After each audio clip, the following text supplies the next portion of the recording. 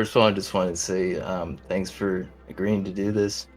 I'm just kind Sure. of throwing myself into it, so don't have like a ton of experience with all the tech side and everything. So I really also appreciate you recording and all that. No problem Making at it look all. good. Yeah, no problem. Yeah.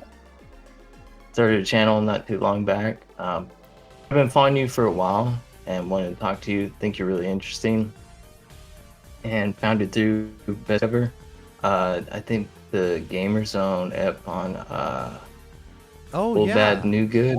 Yeah, that That's was a one of good my one. favorite podcasts. I just re-listened to it for the interviews. I've been meaning to re-listen to it. Like, well, if I'm gonna interview him, I want to hear it again. I thought it was great, and I think you were actually probably the highlight of that. That Oh, you I'm and glad to Nate, hear that. like, it was, That was a fun episode. yeah, Yeah, and that was a lot of important fun. too. Well, do you want to just dive in? Yeah, I'm ready. I've All prepared. right, all right. Well, I have to warn you, Mark, that this is actually all a setup. This is just an ambush from r/True Gaming. There is a passel of Redditors waiting right outside my bedroom door. Coming They're to gonna get me? rush in here and harangue you for your hatred of modern gaming. Get Okay. 'em, boys! They can't get through Um, my fortress. let's see. Yeah, okay. They went to an anime convention. Oh, bummer.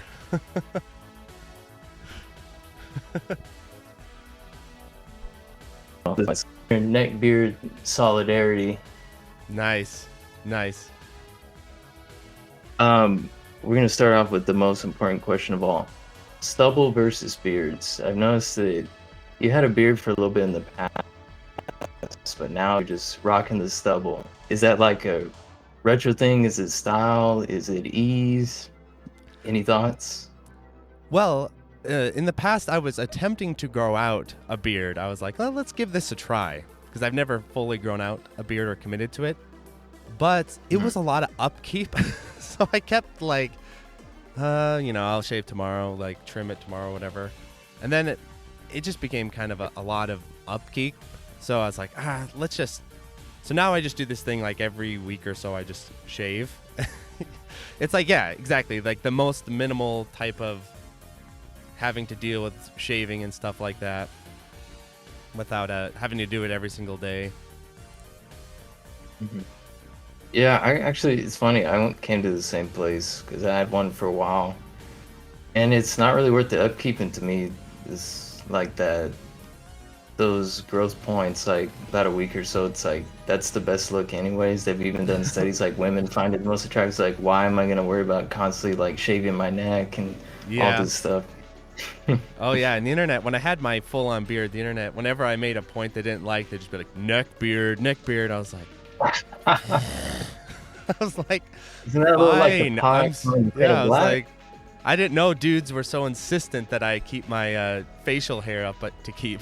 So yeah. So now I just Yeah, shave about once a week. So you get, depending on when I record, you get me somewhere in that cycle, either near the end, like now, or near the beginning. yeah, awesome. And speaking of that, like, it seems like your channel in general, you got a retro style. You obviously have a lot of uh, love for that type stuff. Like even a little bit in your dress, it seems like, and of course your gaming. Do you have like I don't know inspirations, or just you have a very fondness for the different eras, etc.? Like in terms of fashion. Yeah. Oh, well, when I was in college, I had a much more sort of like 70s sort of hippie style. I had like long, I'm trying to regrow my hair now, but I had like really long hair. Everyone thought I was like a pot dealer. I looked like someone out of a 70s movie. And then I had to go to work and all that. So out in Idaho, especially working for a bunch of older people, they're still very like, you need to be nice and clean shaven. So then I had to like cut my hair pretty short and look like a proper businessman or whatever. So throughout the course of the channel, you'll see me like starting to reemerge back into my more hippie style, and then the HR department's like, no. So then I have to cut my hair. So you'll see me like flip-flopping back in hairstyles and appearance quite a bit. But I'm also getting a little bit older, and I'm finding just against my will, I'm becoming more and more of an old man in my appearance.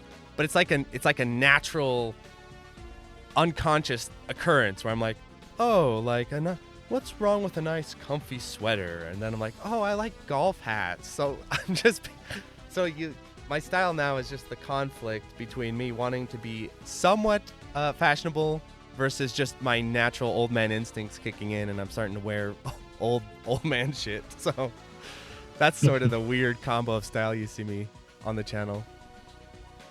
Yeah, that's kind of life, right? Like, we're always thinking we're not going to end up like way. It's like you just get older and you find yourself doing stuff like your parents and Yes. just changing Yes. automatically. You start thinking different. Yeah. Yeah, I was convinced. I was like, oh, I'll never wear jeans with like those running shoes. I was like, no, I'll never do that. That's such an old man move. Now I do it all the time.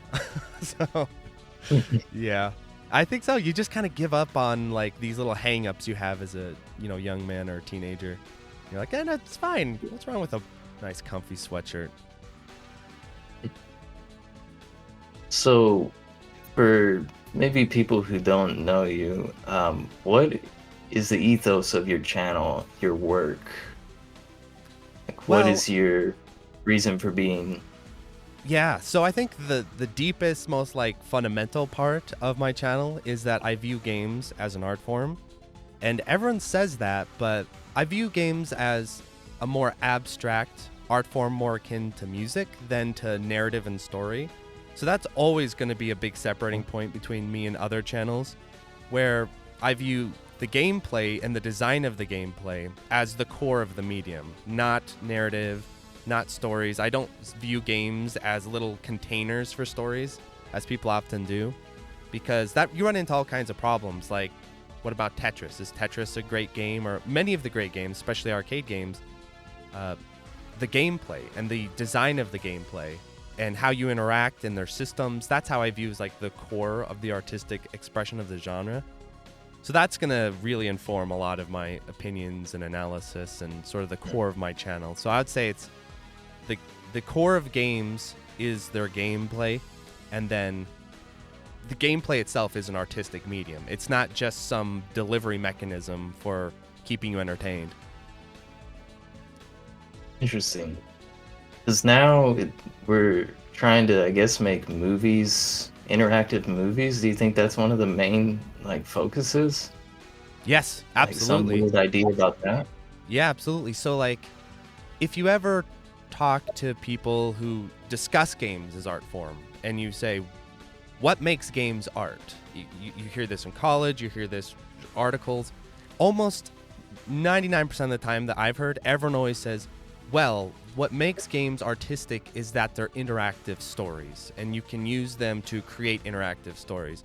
And so if you read, what are the artistic games, they always come up with these really narrative-focused things and how you can use games for narrative and all of that stuff. But no one ever sits down in college and says, games are an art form, let's look at Tetris, or let's look at these fundamental arcade games or these fundamental gameplay games. And so we're in this sort of weird discussion as games as a medium, because I think the most commercially successful version of gaming, to some degree actually, but one of the big ones is these narrative games as stories. Yeah, games as interactive movies. And you can see a lot of the time and emphasis on game design, especially with Western games over the past decade or so, has been how do we make games narrative? And so this is where you get things like those walking sections where you just walk and the guy just talks to you and you're just, locked into, oh, here's the city and all that sort of stuff. Or they even did that in MGS5 where in the beginning they had all those sort of walking sections and stuff. I was like, what And are that you would doing, almost be Kojima? like, yeah, it's like, is that me or you? Yeah, so I do think it is a real trend. It'll be interesting to see how long it goes on, because it's a very expensive trend, but Yeah, and I was kind of thinking those walking sessions, isn't that like even worse than like say the infamous info dumping of Oh yeah. novels where they just exposition just like instead of showing you all these interesting novels where it's like, and the king died so and so years ago Yeah. in this war against the dragons. Like, well, why don't we have an awesome dragon fight? Yeah, Like, I no, don't understand. Yeah. walking sections are Go ahead. worse than that because, like, let's say you're reading a novel and you get to the point. There's like some parts of Dune like this where he talks about like the ecology of the planet.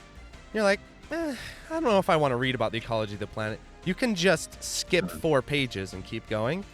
Yeah. But in Or a speed read. game, because of the way they're programmed, you cannot skip that walking section. You just got to sit there, and they often even won't even let you like go get a sandwich because in the past, some games would have, they still do every now and then, like forced cutscenes, and that sucks. But at least with those, you could like get up and go get a sandwich and then come back. Be like, oh, okay, the cutscene's over. But with these forced walking sections, the game is like literally, oh no, you can't do anything but hold forward and tap A occasionally, because if you don't hold forward, the section will just not continue. And if you don't press A, we just get stuck on this prompt. So the game is like locking down any sort of escape from this situation. So yeah, book you can always skip forward. But it seems like you're touching on a point that games are more of the most probably controlled medium where they take away any freedom for the user. Like, yeah, even a book you can skip ahead, you can speed read. A movie you can fast forward, even if, like, say you don't like objectionable scenes or whatever. Yeah. The games, yeah, it's weird. It's one where they've really forced things on you. You see, wasn't it common you could skip most cutscenes in old games? I remember that just being the Like standard. MGS, for example, you could skip all the cutscenes. Yeah, it's interesting because that's both their strength and weakness as a medium, because that is what makes games special, is the fact that they can force you into a sequence. Like, by forcing you into a sequence, that's how you create a lot of these dynamics. But if you're forcing people into really lame, boring sequences, I think it's just poor game design, essentially. Because what makes games great is, let's say you're in a boss fight, the game can force you to fight that boss. Like, you have to fight the boss. There's no way out, which is the strength of the medium. But obviously, you don't want to misuse that to the point where now you're just, I don't know. I think you're putting like the gravy before the meal. It's like, all right, we want you to get into this little story we've written. But I think in gaming, you got to put the gameplay first, and the story should supplement that. It should contextualize it. It should make it interesting and fun. But it can't supersede the gameplay. That's always been my view. Awesome. So that's probably a pretty controversial point, right? Because most game YouTubers, and I'm probably one of those people, not that I make the content, it's like I'm more interested in the story. I want to think about the themes, feel something. But you're saying everything's centered around the gameplay, and actually the story should maybe stem from that. Like, Yes. are you Yes. familiar with BioShock? The mechanics play into it, like the respawn, I believe. Yeah. I never played it myself, so I'm tripping over myself. But like everything had an explanation, and it then enhances the gameplay. And I don't know why more games maybe don't play into that. You know what's interesting is if you say it like the way I'm saying it, it seems sort of like an outlier opinion or something that's not very commonly held. But I think in practice, what I'm describing is actually the majority of how games are designed and how people appreciate interacting with games. It's just no one has ever outright stated, all right, the story is secondary. But if you look at how games are designed, how people interact with games, how people enjoy games, that is actually how it ends up functioning almost all the time, outside of these really like sections where, okay, now you're forced to walk, or there's some real outliers, but for the most part, look at Metal Gear, for example. I love Metal Gear. I think most people really enjoy Metal Gear's story. I really enjoy Metal Gear's story.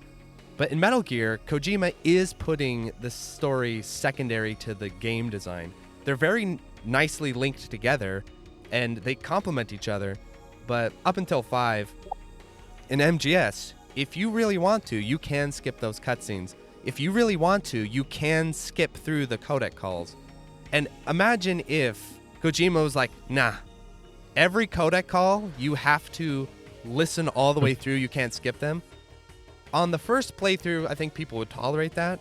But imagine you're playing Metal Gear 2 for the 15th time, and you're just trying to get through the game, and every single time you have to listen to, 5 hours, 6 hours of codec calls. Gamers would start to say, all right, this is ridiculous. It's just we don't view game discussion and game design usually outside that first playthrough. So everyone talks about, oh yeah, no, it's great that you don't need to skip the cutscenes the first time, but if you actually enjoy the gameplay, then at some point you're going to need to be able to skip these cutscenes if you're just trying to play through the game, replay the game. Let's say you're trying to get like a speed run. Imagine you're speed running Metal Gear 2 and the cutscenes are unskippable. Those poor speedrunners, it'd be like, yeah, I got a new PB, 10 hours. So in practice, actually, I think a lot of gamers agree with this. It's just when you get all, academic about it, that's where people start to not like the concept because again, they view what makes games as art as their interactive story elements. And so gamers are very protective of that.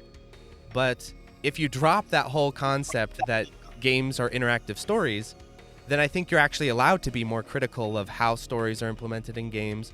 Are they interrupting replayability? Are they causing problems with playing for score or playing for ranks?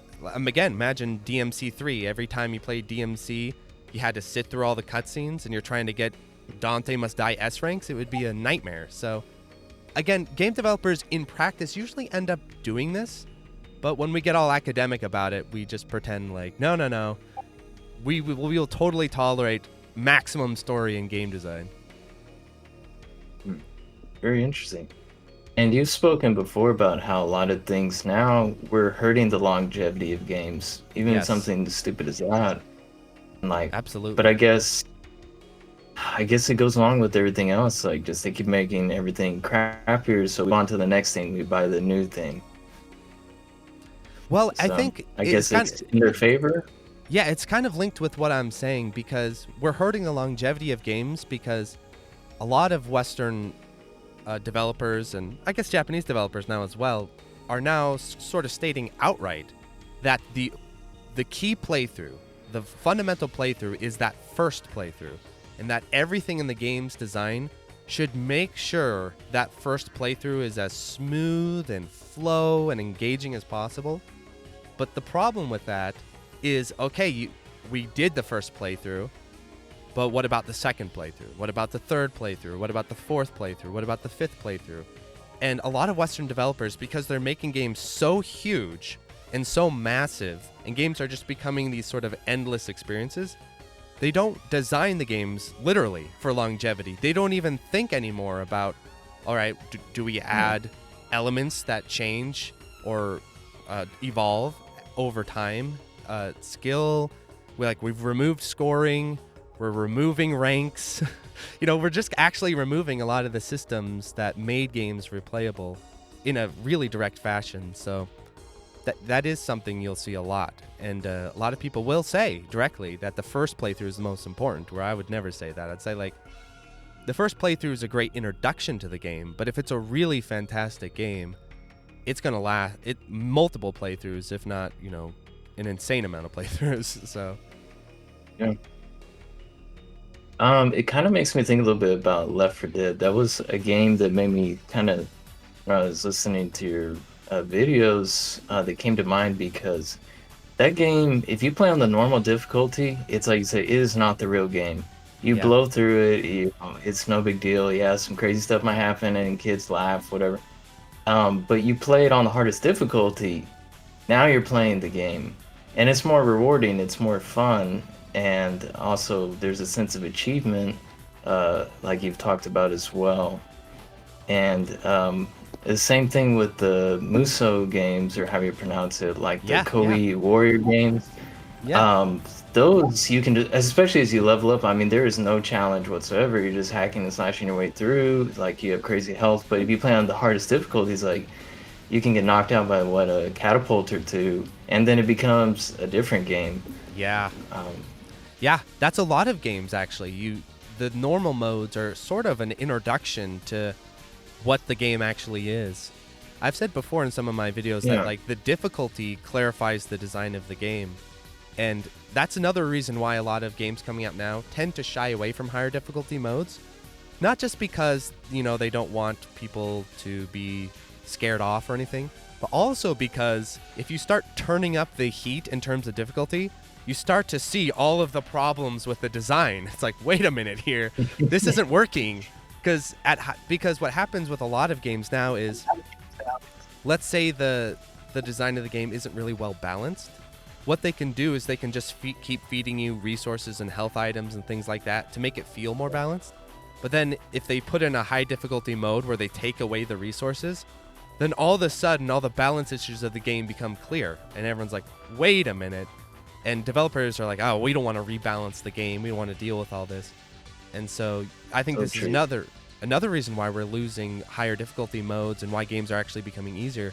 Not just for accessibility, but also because it's less work for the developers. They don't need to deal with balancing like Muso at max difficulty probably gets insane. So they're like, let's not deal with these sort of things. Yeah, that's a great point because as you were speaking even earlier, I was thinking about how the development plays in this. Like they're just running these people ragged and then Mm-hmm. turning them in and out, and like yeah, they're not gonna work on extra balancing. They're not gonna work on adding content. Right. And you spoke so much to it. Like old games, they had so much content. Yeah. Um, Even just Halo, even now everybody is speaking about that. Like launching with just the most, doesn't even have split screen. Damn. Hey, Damn. Halo doesn't have split screen. That's crazy. Like, come on. Yeah, Halo's a great example. A great example because when I was in high school, Halo was the shit. And I remember, I beat Halo on normal mode or whatever it was. But then I spent a good few weeks, months playing, what is it on, like, what's the Master Chief or something? Legendary? Legendary, yes. I spent so much time playing the game on Legendary, and I got so much more out of it playing it on Legendary. And that's when you really felt, all right, now we're playing some Halo. And the balance of the game shifts, but in a good way. And you can tell Halo was a game that was really well balanced around, okay, it plays well under high difficulty. This is a solid, well-made game. So Halo is a great example of that. Absolutely. It felt the same way about that. Like you burn through it on normal mode. I think most of the core series, like there's no challenge really. Yeah. But yeah, you get to legendary, and then they had the skulls if you wanted to be the Yes. hardcore Yeah. player. And you could put your own restrictions on top of that. But I mean, that was enough right there. And I remember I beat I think all the main games on Legendary, but Halo 2 is the notorious one. Oh, And I got the yes. typical achievement, Oh, those yes. sniper jackals, classic. Yes. I But actually really liked you that. actually feel something. I actually really Yeah. liked those sniper levels because it almost felt like you were playing like Rainbow Six or something because you had to be like real tactical and you had to I liked that. Halo 2 on Legendary was Yeah. a beast. Yeah, I remember spending a ton of time on that. And then, intentional or not, the glitches, like there was a crazy skill ceiling with Halo 2 because of the Mhm. quad shotting, Yes. all of that, BXB, BXR. Yeah. I never got I good at Halo 2, but I knew a lot of guys who were really into it and they were doing that stuff. And I remember playing with them. I'm like, what is happening right now? Yeah, they're doing all this tech on me. I'm like, what are you doing? Yeah, it was awesome though. Yeah. And I remember I could barely level up in Halo 2, and then even going to 3, I guess you could, I guess opinions differ. It got more balanced. Now I'm ranking up, it's way easier to play, and they slowed down the movement. I remember that was a big change that I remember. So even just you're playing with, dodging shots, just everything, like already starting kind of dumb it down, slow it down a Yeah. little bit. Yet I love Halo 3, but seemed like kind of a canary in the coal mine. Yeah, that isn't Halo 3 on the 360. Yes, Yes, I I remember think that. they have it on PC now, just recently. Yeah, I remember that because I didn't play Halo 3 for a really long time because I got a PS3 instead of a 360. And so I had an Mhm. Xbox, so I played Halo 1 and 2. But I remember my friends playing Halo 3. I was the only one with the PS3. Everyone else had 360s. And I was asking them, like, oh, what do you guys think of Halo 3? And they're like, eh. You know, that was their, like, I don't know. It's all right.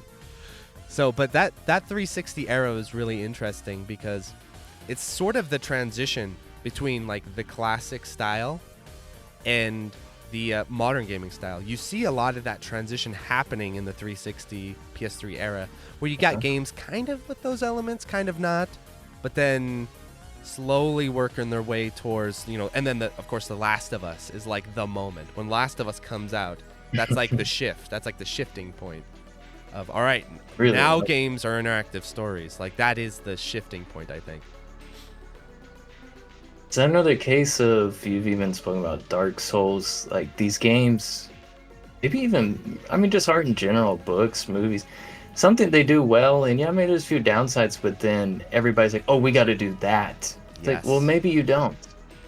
Maybe your fantasy novel doesn't need to be 1,000 pages. Yeah. This keeps Yeah. me in the book world because that's more like what I'm into now, and it's um, just really everything. It's all about homogenization now. Even freaking fast food restaurants, Yeah. social media sites, they're basically look the same, operate the same. You know, you used to remember MySpace. You could have your own playlist that played when someone Yes, I visited your remember page. You could MySpace. define Yeah. the color. Yeah, Yeah. Yeah, I it's remember when it's very Facebook came cool. out and I was a MySpace guy and Facebook came out, I was like, "Pff, this is so lame." I remember saying that. I never got Facebook because I was like, shh. And then MySpace crashes and burns. I'm like, probably for the better.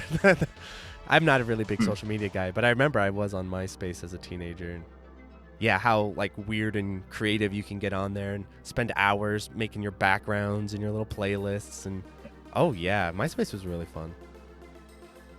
Yeah, I think what's his name is like Pat Ratrick or Pat Ratrick.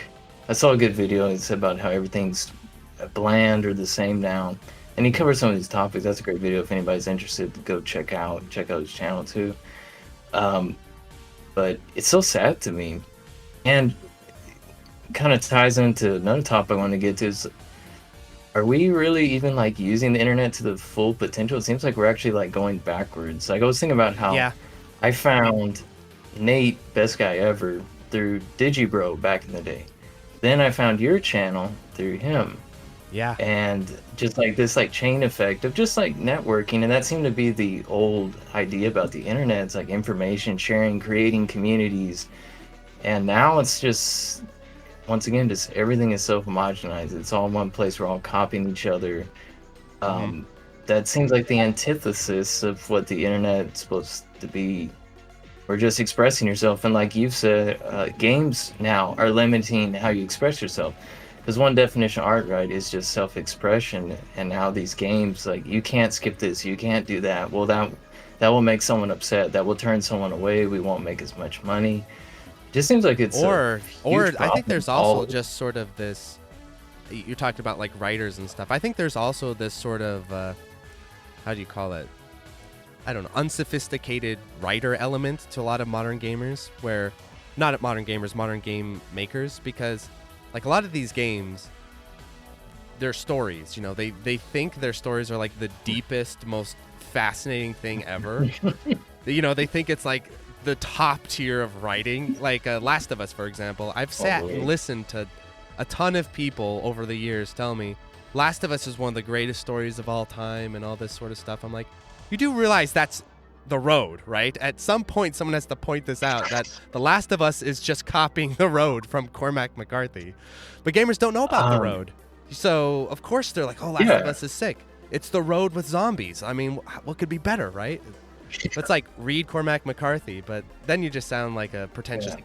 douche, which I can be. I can be a pretentious douche sometimes, but that's something that I've always found really like it's great if you want to have like your own story and everything, but just don't force it like that. Don't make me stand there and watch your little play in the same way. And actually the games that I always kind of end up in being interested in their stories or connecting with their stories are the ones where they're not really shoving the story in my face constantly, where I'm kind of like, oh, I'm kind of Absolutely. interested. What's going on here? This kind of like Hitman. Hitman, I've always thought the story was interesting, and the cutscenes are skippable, the briefings are skippable, and every now and then I'll be like, no, what is going on in Hitman? And I'll check out the story. Same thing with Metal Gear, same sort of stuff. I mean, Metal Gear's more in your face, but it still does allow you to skip the cutscenes and stuff. I mean, this is kind of basic crap. In writing, show don't tell. Yes. And in novels, like I said, like the exposition dumping, Yes. one of the first things that comes to my mind always is like, for a lot of reasons, is Alien. I mean, we could talk about like, people like, when they're feminists, they hate feminism. Everyone loves Alien. Alien's one of the most Alien feminist rules. movies ever made. Like, Yeah, Alien rules. and it has probably one of the strongest female protagonists of all time, and at least in the first film. And everyone loves Ripley, right winger, left winger, whatever, apolitical. So like they're always spinning this narrative like, oh, you hate Yeah. Sean Curtis, it's like, but it's subtle, You know what and she's actually intelligent. Yeah, you know what I've explained I over guess what I'm years? also. Go ahead. It's such a fascinating topic. I feel like I want to chime in here, which is I've always thought Yeah. that great writing unites people and shitty writing divides people.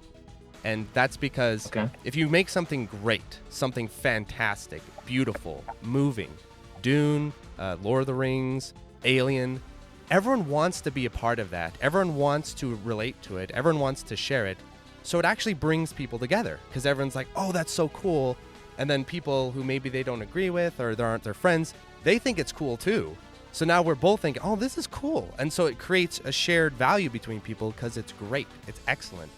But if something's shitty, what ends up happening is you make something shitty, it doesn't do well, and then you're like, all right, who do I blame for this? I got to find someone to blame. I'm not to blame. Someone's to blame here. So I think you'll find this phenomenon a lot. You'll notice, oh, great stuff seems to unite people, and poorly written crappy stuff seems to divide people. Whatever lines you want to go on. I think it's just a kind of a universal principle. Yeah.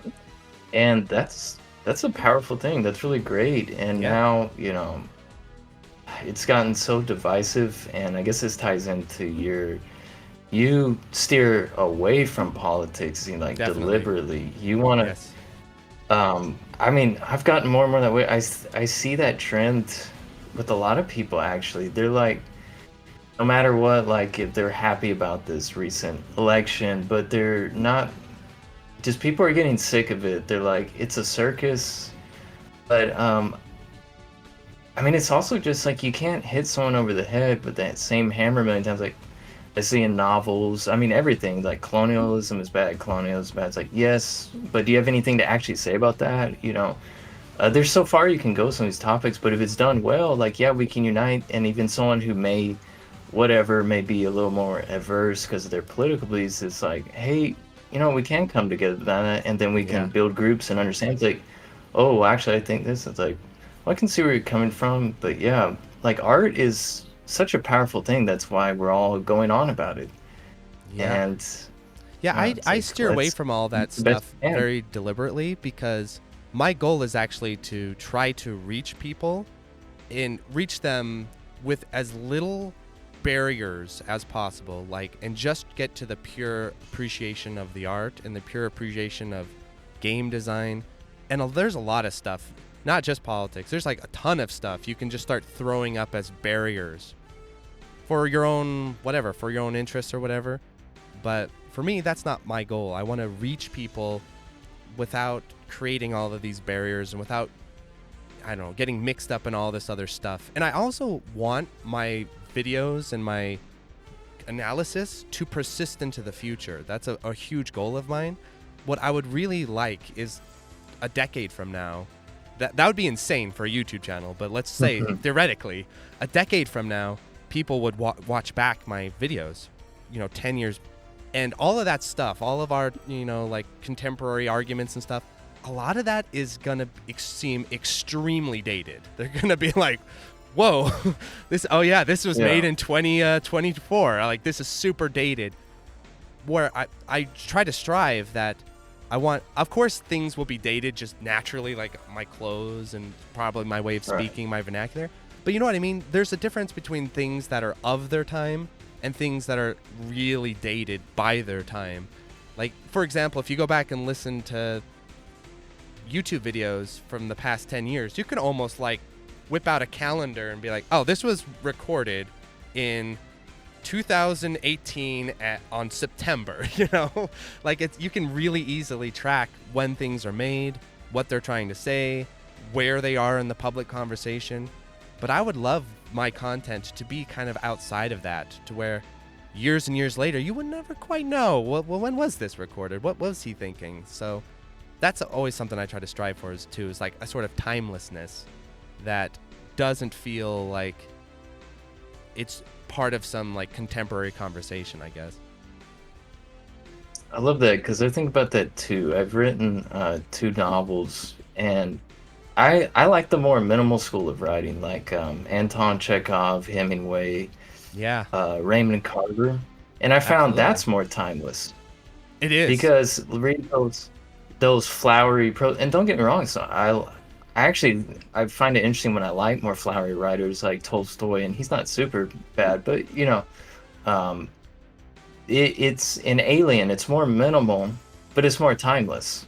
And they also, yeah, just put a ton of effort into it. And like, yeah, you can see some age, like you said, on certain things, little elements, but something's really done well, and you take these factors into account, and they may vary between mediums. Yeah, like striving for longevity. I don't know why that's not more of a thing across the board. Well, I We're think just it's churning out because, content. yeah, well, I think it's because it seems insane in the medium of YouTube, because there is no medium that's more like now contemporary than YouTube, and also disposable, you know? So in some ways, I'm like, I feel like I'm kind of sanding against the grain with this whole idea, but it's something I really want to do. So we'll see if it works out or not. But I just feel Yeah. like, you know, YouTubing is such a contemporary, immediate medium that you can almost not even just track to the month, week. You can track to like the day people do YouTube videos at times, you know? Like you could pin down the exact day they recorded that video. And because it's such an Chasing immediate, trends. you can just, it's a really immediate art form. So like you could say, Mm. like if you follow a YouTube channel, you can say, oh, he recorded this on Wednesday because it came out on Friday. And you can tell, oh, this was recorded on Wednesday. And you can kind of keep track of, you know, like for example, a novel, right? You write a novel, you got to go through a lot of steps before that novel ends up in someone's hands. But a YouTube video, you could record it at 8 a.m. and release it at 8 p.m. if you want, or you could go live stream. So it's such an immediate sort of, what do you call it? Like a medium that just can evaporate too. Like a lot of videos, you record them one day, people watch them. You never know if that video will ever be seen again. It could be sitting on your channel just all by itself for many years. So there's not a lot of mechanisms for that either. Like for a book, you could go into a bookstore, you go into the classic section, Sun Also Rises by Hemingway. There it is. You can rediscover that. A YouTube video, it gets, you know, it's in the feed, it's in the subscription box, and then it sits at the bottom of your page. And the only way it ever will get found is if someone's just really digging your channel and they go, all right, videos. And then they go, all right, let's scroll oldest. And they're like, oh, here's a video from 6 years ago. But that's such a, like, they need to know who you are. They need to care what you're doing. And then they need to have that extra initiative of be like, let me go through these old videos. So it's yeah, it just seems like YouTubing, it's such a hard art form to strive for longevity, because like everything about it is sort of against that that concept. So you also take YouTubing very seriously as an art form, is what I'm gathering. I'm trying to. I'm attempting You're to. trying Yes. to, okay. I'm trying my best to. Yeah. Because I feel like it is one of the most emerging art forms we have today is YouTubing. But we've also seen how it's just becoming, it's basically becoming very commercial, very disposable, very, all right, here. And, you know, there's YouTube channels like dedicated to this concept of like, I'll just get you in. I'll get you in for like 3 minutes, and then you'll never have to watch this again. So yeah. It is interesting too because of like the copyright situation with YouTubing and stuff, where I could be all into this concept and have all this sort of like, yeah, I'm making my videos for longevity, and then but I've got all this gameplay footage in my video, which today in 2024 is chill. This is fine in 2024, but we could wake up in a world in 2040 where video game publishers decide, you know what, this whole gameplay footage in your videos thing, no, we're not cool with that. Copyright striking all of this. They can't do it now because it would blow up YouTube, but I don't know if we're going to have that forever. There might come a point where gameplay footage itself will be copyrighted, and that happened with animes. You said, anime, you're a fan of like anime channels. A lot of anime channels ran into this directly, where it's like, yeah, we were chill with you showing some clips in 2012, but in 2024, we're not so chill about that. So that's the scary thing too. Yeah. Only a threat to longevity. Yeah, copyright. I would say the biggest threat to most YouTubers is copyright, because that could blow up your channel instantly. Just be like, no, nope. And no they're very for you. selective, right? Because I was looking through their like thumbnails and stuff, and I think you have great thumbnails, by the way. I think yours is some of the best that people should go scroll through. Boghug does those, and we like. Okay. Yeah, but we like really sit down and plan them out and have like concepts and discuss. It's like it is a real undertaking, and Bog's got that magic. So it's like I'm really proud of the thumbnails. He does a fantastic job.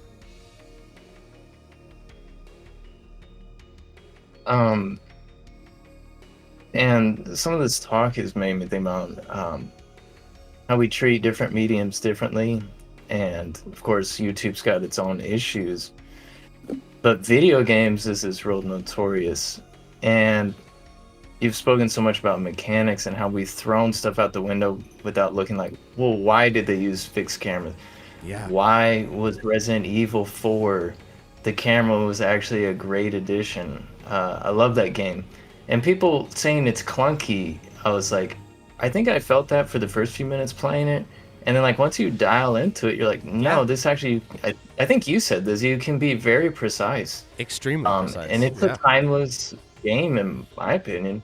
Yeah, it's not perfect, but it's a ton of fun. And yeah, there's content, there's so much you can do. But I was thinking about music. I'm a musician. I got a tube amp out in the garage. That's old technology. In music, they're always wanting to go backwards. Gaming, it's like it's just like we're going forward. That's no good anymore. Yeah. It's kind of funny to me. Like they want the oldest, like Les Paul. Yeah. They want the oldest. They want like broken. Tube. Yeah, and I've noticed like some musicians, and I really respect this. Some musicians will not only want like old tube amps or something, but they want like a precisely slightly broken one. They're like, oh, this one is like kind of weird, has this weird buzz to it that's really cool. Yeah. I really love that about music. I think one reason for that is music is just so much more mature of an art form than video games are. Video games are a baby art form. It's brand new. It's fresh out of the womb. It's like one of the youngest, freshest art forms of all time. And I think actually a lot of game critique, game discussion, game analysis simply just hasn't developed yet. I don't think we've really developed proper game analysis, game discussion in a really robust, like philosophically deep way that music has. Music has centuries of compositional theory, and yeah, I think music. I love video games, and I especially love how they are such a new and like unique art form. That really attracts me to them and like discussing them. But I think as an art form, music is just so much more matured and so much more developed in terms of how we discuss it, how we view it, how we interact with it. Yeah, and especially, most music used to be instrumental, and it truly, like, once again, like, total freedom to interpret it. You're not shoving the story down your throat, Lord, and like especially sometimes I listen to like stuff like Chopin, and I don't even really like listen to a lot of that classical type stuff. I'm like, what is this saying? You know, Yeah. yet like I can interpret it. And some of his songs, I'm like, is this the creation of the universe? Is this like a deep, deep pain Yeah. and beauty of life? Like it's beyond words. I mean, it's amazing.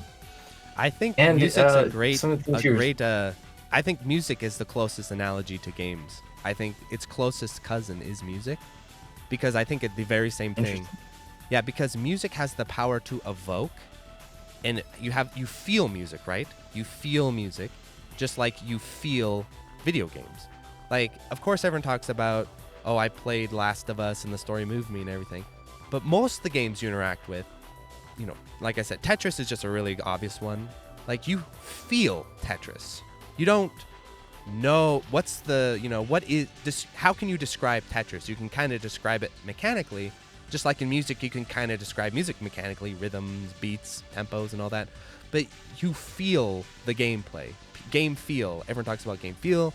Like, you feel it in your hands. And there's a difference between watching blocks fall on like a replay and then playing the game and having the blocks fall.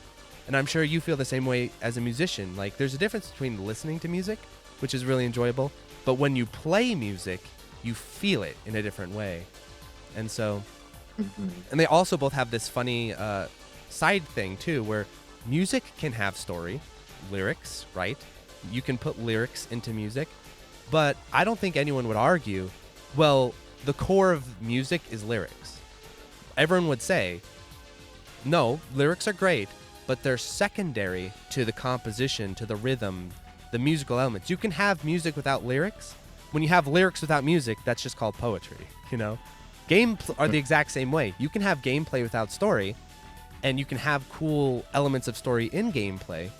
But if you remove the gameplay and just have the story, now you have like a visual novel or something like that. It's not a video game. Like, the core of the medium is actually the gameplay. Same with music. Very interesting. And like I said, it's such a new medium, but you would think as video games, we have so much untapped potential because it combines all these elements. Because you can have music, you can have a story, you can have gameplay, you can interact, and some games, of course, you can change the story by your actions. You know, Yeah. it'd be cool if there was more of that, and then different outcomes, maybe different gameplay. You know, I guess we have that like choosing different classes and stuff like that, but making them more unique probably help a lot of cases. And Yeah, and I think that's then, always cool when that's pulled off well, and everyone appreciates that when it's pulled off yeah, well.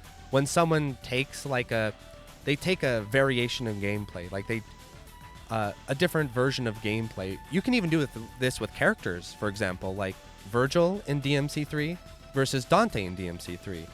Like, they have completely different play styles, and then you can use the sort of story of the game and the aesthetics of the game to sort of show the distinction between the two.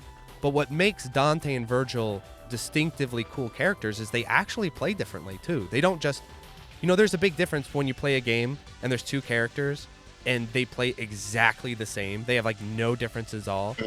But the game's like, oh yeah, they're so different. This character and this character, they have nothing in common. They're from completely different backgrounds. They have completely different philosophies on combat. And then you play them and they play exactly the same. It's like, Versus if you have a character like Dante and Virgil, yeah, they're rivals. They're similar. They're foils from one another. You know, they have similarities but huge differences. And then when you play them, you feel that. You feel like, oh, they have a relationship some ways, but then they have huge differences other ways. So I always think, yeah, gameplay, it's so fun to use story to contextualize the gameplay, but it's always important to make sure that the gameplay fundamentally works first. hmm interesting. So you are somewhat controversial, would you say? I don't really know the I don't. extent of the backlash, or Oh, is okay. it just a minor few, like a minority that just I've seen some of the asinine comments like and they don't really say anything. They're like, oh, well, the original guy for the director, I'm blanking on his name, Shinji Murakami. Mikami, yeah. He's like, oh, he said the remake was okay. Yeah. That's all the comment. I'm like, okay, that still doesn't mean anything. And sometimes, obviously Japanese, especially, it's like they're not gonna throw them under the bus Right. or be Yes. disrespectful. Plus, that So doesn't. do you consider yourself controversial, or is it just? No, I don't. I don't think so. I think what's going to happen, and this is what I actually hope that happens, is I think a lot of what I'm saying is things that players feel and players have experienced, but haven't heard articulated in the way I'm articulating it. But if people have a bit more of an open mind to what I'm saying, a lot of what I'm saying will actually make a lot of sense. And I think, again, this I think goes back to the fact that game critique and game discussion is just underdeveloped. It's not that there's like this great genius sort of view of game design and then I'm pushing against that.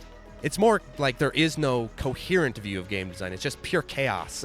No one, you can talk to 100 different people and ask them, what makes great games great? And you're going to get 100 different answers of all kinds of perspectives. So I just think as time goes on, I think a lot of what I'm saying is going to make more sense to people and be less controversial. I'm hoping, because that's not what I'm aiming for. And I don't think I'm that controversial, because most controversy, I think, if you're not trying to antagonize people, and I try not to as much as I can, I'm not trying to antagonize you. I think these days most people they're like, all right, this guy's trying to tell me something without antagonizing me. So I think as I become a little bit more known and understood, I think that a lot of that will start to fade. I'm hoping, but a lot of it, I think a lot of the sort of backlash and stuff I've heard over the years is just mostly people just dismissing me as like a lunatic. They're like, I don't know what this guy's talking about. This guy's on something. I don't know what he's talking about. That's usually kind of the reaction I get. But I think if I can kind of keep communicating what I'm trying to say and explaining it really well, I think a lot of that will start to fade. I love your video on the Resident Evil 4 remake. That's a classic. Like, anybody should watch it. They haven't seen it. Was that also kind of a turning point for the channel? Yes, it was. It was a huge turning point for the channel. Because when I made that video, I'm a huge Resident Evil 4 guy. And I made, I mostly covered arcade games and stuff. And that was my audience. But that's a much smaller audience, the arcade audience. It's still the core of what I do. But I had been up to that point trying to communicate. It wasn't that it was a big shift in that I was doing one thing and then I changed.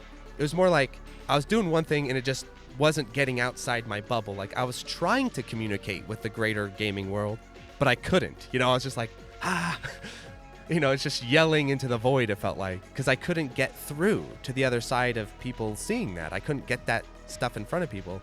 But the Resident Evil 4 remake video, it was, all the elements lined up where it was finally a video that pushed through to some degree to the outside world. So it's like, whoa, who's this guy?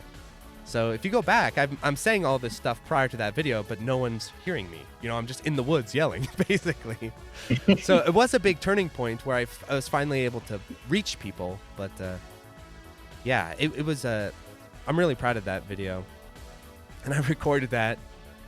That video I worked on so much. I recorded it for like 4 hours.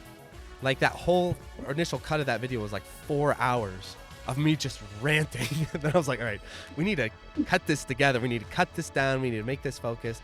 So it was also just a great turning point for me as like a video maker of like, all right, we need to get the minimalism you're talking about, the Hemingway approach. We got to get this down. Iceberg theory. We got to iceberg this down into the most important points.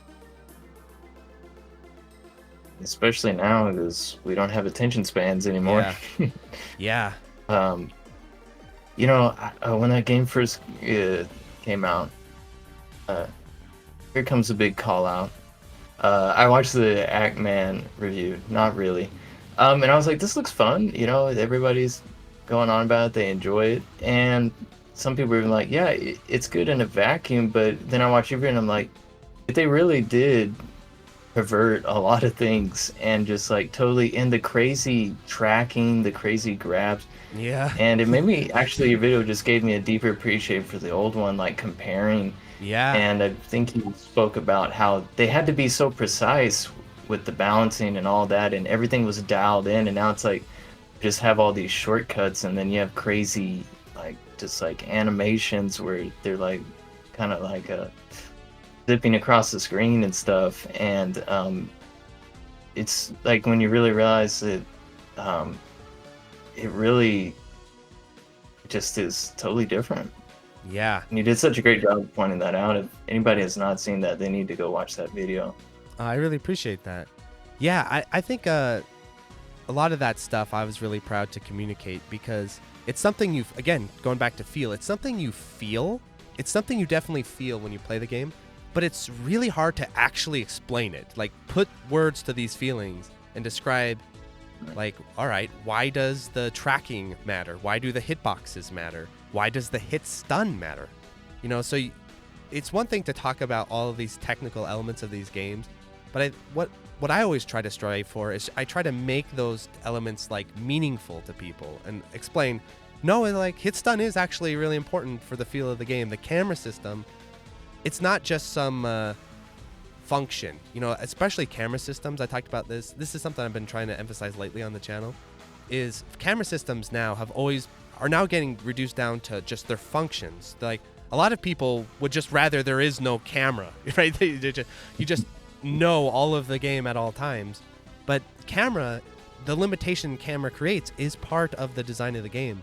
The fact that you cannot see behind your back in Resident Evil 4 really greatly contributes to its gameplay. The fact that you have to always be like, what's back there? You know, and you have to space around that, you have to move around that, you have to plan around that. Like, the limitation of the camera is just as important as limitation in all the other elements of the game. So And I was hoping that I came guess across. I guess it's somewhat cliche at this point, but maybe a lot of people don't realize. Do you think limitations make better art? Definitely. Absolutely. You were talking about like a really obvious example of this is like when you read science fiction or you read stories and they haven't really properly limited the scope of the story or the scope of what they're telling you about, and you're like, and Yeah. you know, there's all those sort of like, you know, kind of geeky ways you can be like, well, if the eagles flew or whatever, you can like come up with these sort of ways to subvert their little storytelling and everything. But also just in terms of scope, scale, pace, yeah, limitation's huge. The minimalists were really great at pointing that out. Hemingway, one of my favorite writers as well, was fantastic at pointing that out. Can't remember if we mentioned it earlier, but it kind of, I guess, was peripheral to some of that. Is like how a lot of times what we, I guess, impose on it, the art, like the imagination of the monster is a lot of times better than the monster. And then like even an the limitation at times, like the shadows and the slow reveal until it finally pops out. And it actually like scared me. I think that classic air vent scene, Yeah. because of the build of all this stuff. Like if you're just constantly flashing the alien at you, it's not scary. So they maybe know this a little better in horror. But like there's so much to that, like old games, like people even say about the old graphics, like there is something even just about blurry graphics. You start kind of filling in the details yourself. Yes. And the Yeah. thing with the story, like I like stuff like that. I don't want it all spelled out to me. I want to piece it together, and I realize that I like that more. So like I try to do that in my writing. I use almost no exposition. And to me that's like even when you do, it's like it should be, to me, calculated and have a reason for it, but not just like, you know, there was a nuclear war, you know, like now there's Yes. this, now Yeah. there's that. Yeah. Like it may even be that, but they will derive, the reader will get so much more out of it, like figuring out themselves, and something about us adding to the art, and like music, once again interpreting it ourselves. Like sometimes we just got to get out of the way. Less is Yeah. more. Absolutely, less is more. Yeah, because there's also sort of a real power in ambiguity in things that are unsaid. because often what you can say will never live up to what could have been unsaid. Speaking of Hemingway, because you said you're a big fan of his, and I am as well. One of my favorite novels of his is The Sun Also Rises, and recently that novel became public domain, which is really cool.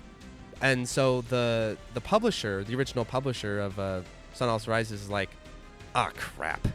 Because basically what that means now, if you go to the bookstore, is there's like 15 different versions of The Sun Also Rises because it's public domain. So every publisher can now publish that book, which is cool. So if you're wondering why you see Great Gatsby and Sun Also Rises everywhere, it's because they're public domain, which is great. But the funny part is that the publisher was like, ah, crap, we got to do something here that would make people buy our version because it's public domain now. So they came up with something that was really interesting. Is they released this version, the special edition version of The Sun Also Rises a year or two ago, and it has like a lot of his like manuscript version stuff. It has like all these like bonus features, like a bonus Blu-ray or something. And I was all stoked on that, and I got it because I'd heard over the years that the original opening to The Sun Also Rises, it's famous, is that Hemingway wrote the original opening to Sun Also Rises, like 4 chapters. And then he's like, I don't know who it was. I think it was like Gertrude Stein told him, just cut these 4 chapters and start on this chapter. And he's like, all right. And so that like developed his theory of, you know, the iceberg theory and everything like that. So they finally did. You can now read those opening chapters that were cut. And as I'm sitting there reading it, I'm like, thank God Hemingway cut these because it's exactly what we're saying. He's like talking about, well, in Paris in 1920, and he's given, it's a bunch of like exposition. That's what it is. It's exposition on the characters, it's expositions on all the stuff. But the fun part of when you read The Sun Also Rises is it just starts in the story and you kind of learn about the characters as they go. And I think that's a really effective version of writing because that is actually how we interact with people and get to know people in real life. Like we don't know a person's backstory and then talk to them, usually, unless they're famous or something. Usually it's you get to know someone, you have no idea who they are, and then you slowly sort of uncover through like little details and little bits of information like, oh, okay, this is who this person is. But it's like this uncovering process, and that's something in fiction I think is fantastic, is that uncovering process of, all right, I'm kind of getting to know who this character is. And sometimes what's fun is that if not everything is spelled out, 2 people can read the book, 2 people can walk away and have completely different interpretations of that character because of the ambiguity of the details. So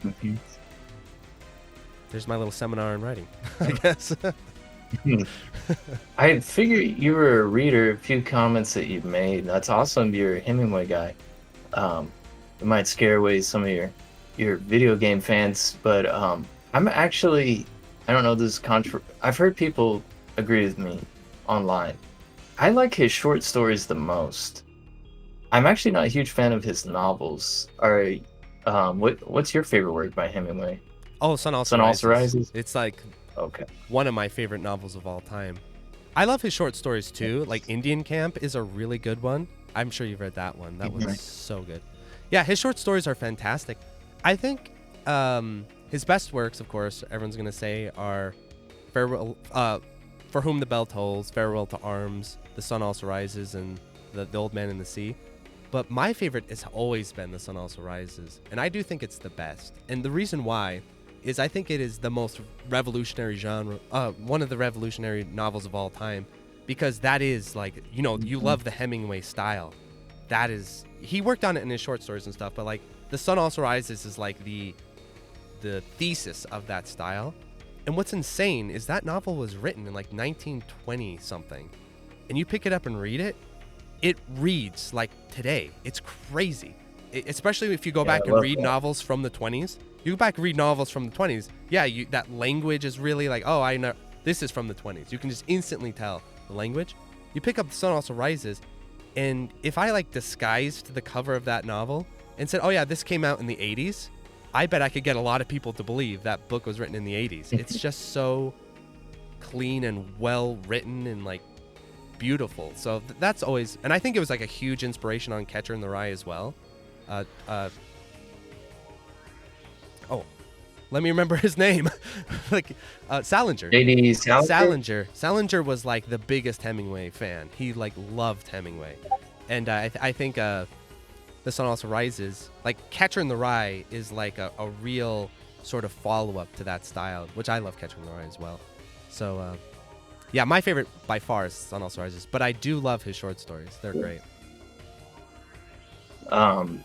That book, even though I didn't like it as much, like it's one that it's always kind of in the back of my head. I definitely want to reread it. And I may have got one of those versions. It didn't, I don't believe it. I don't remember it having the alternate beginning, but it had a ton of critical That was a stuff special. in the back. That was a special edition. Yeah. Okay. That's a very I think new it was special a edition. Norton Critical Edition I picked up, but it had a bunch of analysis. And I really Yes. enjoyed reading that. But Oh, it's I like love it that. sticks with you. And you know, sometimes good art, it's like you got to wrestle with it a little bit. Like I like to listen to some of these like crazy prog bands like Animals Leaders. Like you got to listen to the song for a while, and I guess like tying back to gaming, like you got to keep playing to get to the real game, like understand the mechanics. Like first playthrough, it's like we're just getting acquainted here because there's Yes. depth, there's Yeah. density, as you're Yeah. always saying. Yeah. So yeah, awesome. And of course, if you're using Iceberg, it's like yeah, you gotta really dedicate a little bit to this to get the full experience. Yeah, and like The Sun Also Rises and Catcher in the Rye are such great examples of this, because The Sun Also Rises has this sort of cyclical structure to it, where the beginning is the end and the end is the beginning, and it's supposed to be kind of like this. And you know, Catcher in the Rye is like that as well, and I love that. You ever notice that? The Catcher in the Rye, the beginning is the end and the end is the beginning. It loops. So the novel, if you I have not like, read it. one of my favorite things to do if people, they're like, oh, I don't like Catcher in the Rye or whatever. Some people won't, but if you read Catcher in the Rye, just read it 3 times in a row. Like read it 3 times through, and it starts to like flow together in this beautiful way. Like when like a really great like jazz album or whatever, if you play them on repeat, you start to lose like, wait, where was the beginning of this album? Where's the end? You know, it's just kind of flowing in this sort of beautiful structure. That's one thing I love about both Sun Also Rises and Catcher in the Rye. And kind of plays back into like arcade game designs like that as well. Like arcade games, they have loops, they repeat, and then that sort of builds this sequence that builds on its sequence that builds on another sequence. And by the end, the game does feel like enormous and crazy deep. But if you just go through the one time and then you cut it off and you're like, that's it. It's a 20-minute game. It sucks. You're like, whoa. What a game that really epitomizes this concept extremely well is a game called Ketsui. It's a shmup by Cave, and it actually has 2 different loops. So you have the first loop, and then you have the second loop, which is called a mote. And then if you do an essentially like perfect playthrough of the first loop, then you get a second alternate loop called Ura. And so that's a game where I bet 99.9% of people, if you had them play, like just an average reviewer, if you gave them Ketsui, they would not discover the second loop.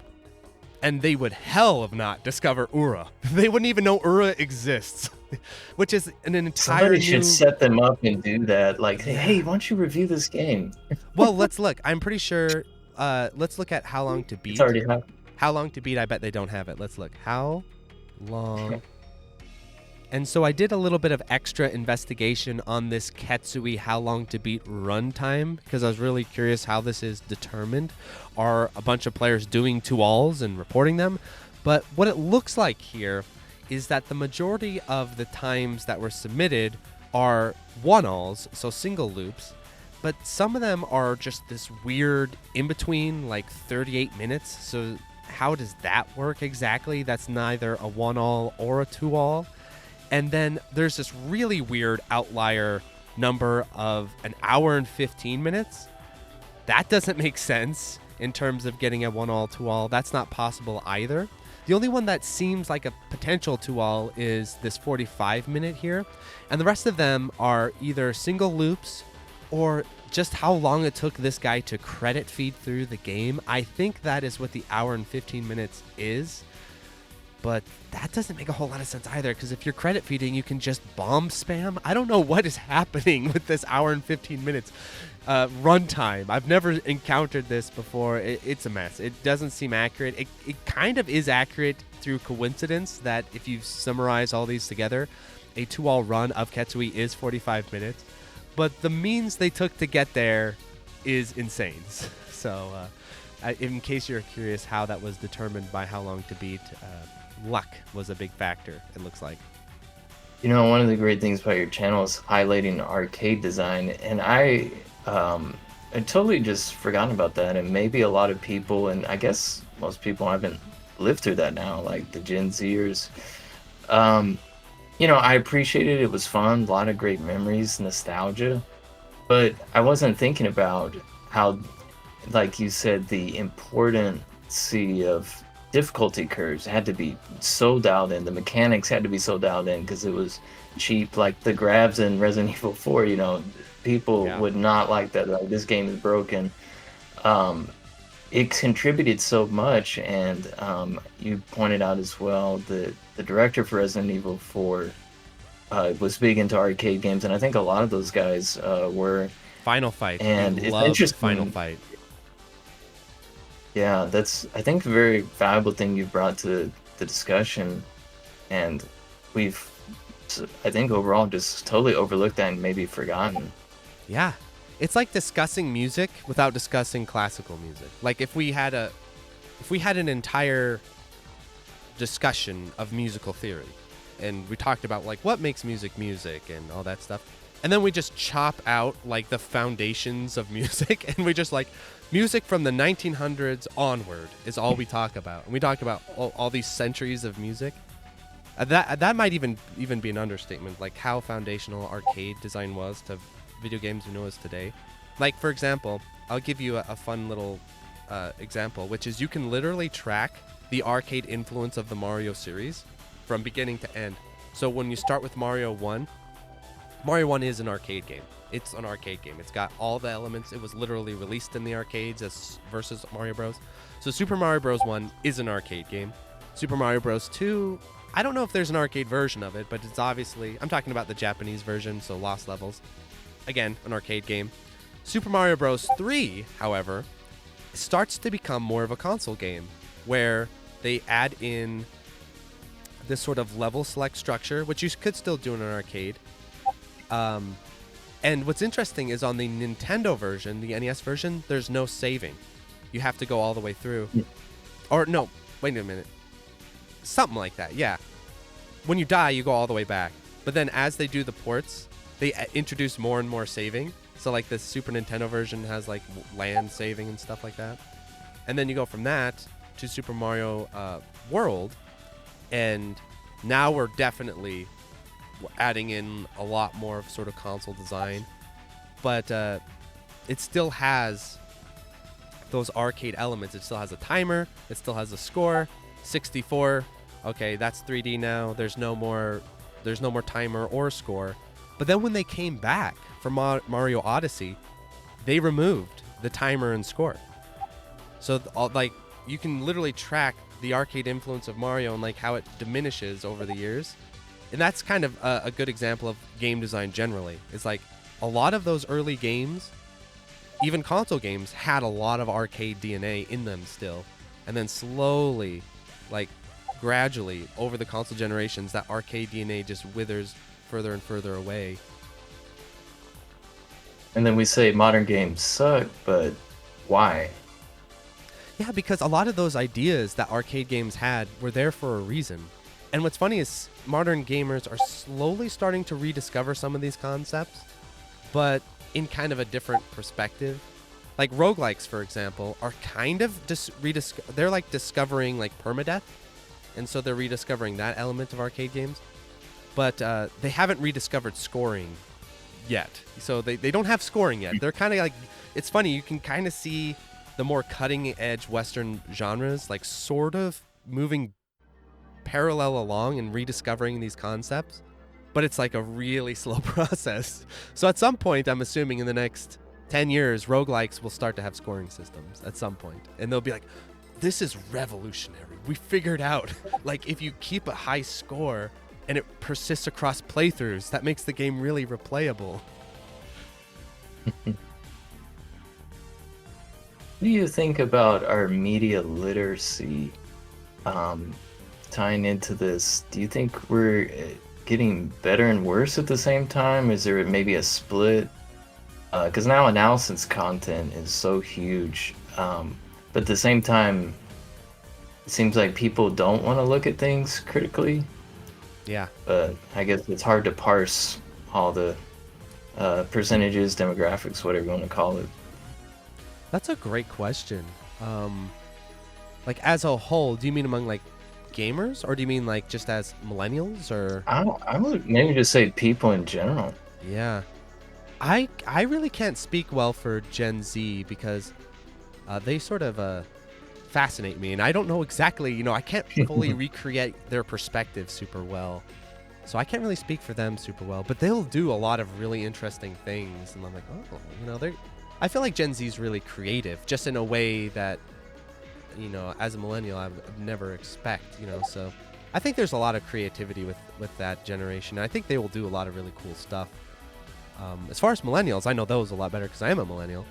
I think millennials, we've kind of going in like this U shape kind of thing, where I think when we were younger, millennials were actually like very media literate. We were very insightful. We were very sort of, I don't know, I think open-minded. Millennials were very open-minded initially. And then as we kind of hit our late teens, early 20s, kind of 30 area where we're now, like, I think millennials sort of went through like a crisis, and we became a lot more closed-minded. We became a lot more like just really nostalgic, really looking back on the past. I don't know. I feel like the millennials, we went through something for a bit there where maybe a lot of crisis of identity, like, oh crap, I have to get a job. I know I went through that. I was like, oh shit, I have to work. Holy shit. I didn't know this day was going to come. I remember that day distinctly when I graduated college. I was freaked out. I was like, I didn't know I'd have to actually go work. I just like to go to college. So I think we are kind of, I think though, we're bouncing back. I really do think like the millennials, we're bouncing back. We're coming back strong in the second half. So I think we kind of went through a little U there of like, we had a bit there where we're being pretty close-minded. We're being kind of set in our ways. I know I did that too. When I was in my 20s and stuff, I was just like, I like what I like and I don't want to hear nothing, you know? So, you know, so I think millennials will we're bouncing back though. And I sort of feel that. That's why I also feel like what I'm saying, what I'm talking about, it's sort of starting to work its way into the public conversation a little bit more. So I'm a bit optimistic actually that we're going to bounce back here and do some really cool stuff. My thoughts, like, and I think we might be good for Gen Z as well. Definitely. So listen to us. But Gen Z, I think, yeah, they got some interesting stuff they come up with, and I see a lot of potential for density in their creations, you know. Yeah. I guess some comes from being raised on the internet, like Yes. some of these comedy YouTubers, like, I mean, their videos are dense. Like, it's like every clip is like no more than 2 seconds. I know, it's Meme after crazy. meme, reference after reference. Yeah. And you would think, I guess, that they would want more dense media, and maybe in some regards they do, but yeah. Well, there is this on whole, the gaming end. they're in the arcade scene. There is this whole demographic of Gen Z players, and they are beasts. They are incredibly talented players. Like they make me look like a little baby compared to like one of the best shmup players, if not the best shmup player outside of Japan, is a Gen Z guy from Canada who just obliterated the world record in Ketsui, and that would only been held by Japanese players. And he got it, and then the Japanese players had to come back and beat him. They're like, oh crap. But I mean, but the Gen Z players are often extremely talented, really good players. You know, they're a little frightening how good they are sometimes. So yeah, there's massive potential with that generation of players, I think. And I do think they kind of appreciate these things a little bit more, like you're saying, because they're so saturated with it. and also because they're cruising through games. Like they're such talented players, you know, or at least a sector of them are so talented. They're just blowing through modern games without an inch of resistance. And so I'm sure they're like, there's got to be more here. I think actually Gen Z feels this a lot more than our gen, because millennials, we're kind of getting older. We got other responsibilities. We got other things going on. We're doing other stuff. So we kind of do, I think it's more of a millennial thing where we sit down and we want kind of like a sort of comfortable, going through the story, watching the cutscenes. I'll play the game once because I got all this other stuff to do. I think it's actually more of a millennial thing than Gen Z. Gen Z are more intense, it seems. They're more like, let's do something, you know, let's get crazy. So I'm just hoping my content speaks to them to some degree. I can only hope that. Definitely. I think it does, and I think just more people. I don't know. I just sense that your channels continue to grow. Correct. It seems like it's had a steady uptrend, and people are discovering you. And Yeah. hopefully, I wish I had more reach to help you with that, because you're always someone I've thought about. If I had more of a platform to promote, Yeah, I really appreciate that. maybe in the future. And yeah, it's interesting, the different generations. But you've spoke a lot about the millennials. We are the most nostalgic generation, Absolutely. and I think you have probably the best explanation and discussion of all that. Do you want to touch on that briefly? Yes. This is a topic because it's for my fellow millennials. Like, and I should say this because I don't want to get this twisted. I am like the stereotypical millennial in every sense. Like if you opened a dictionary of like the millennial stereotypes, I'm like nailing every single one. I am like the millennial in every way. I think I'm brilliant. All millennials think we're all geniuses. We all think we're geniuses, first of all. And then Well, I am a genius. exactly. We all are geniuses. You know, at least I think I've said this before. I think it's good to at least hold yourself to the standard of being smart, so that even if you're not that smart, you're like trying. That's what I'm trying to do. I always think that way. Like, all right, maybe I'm being a little trying to be overly smart, but at least I'm trying. You know. So anyway, so I did everything. You know, the whole thing, everything that is stereotypical about millennial, I did. You know, I collected records. I was into emo music. I was a big old hipster. Nice. Went to college for forever. Changed my major 5 different times. You know, took classes that were unnecessary. I didn't want to leave college. I just wanted to stay there because I liked it.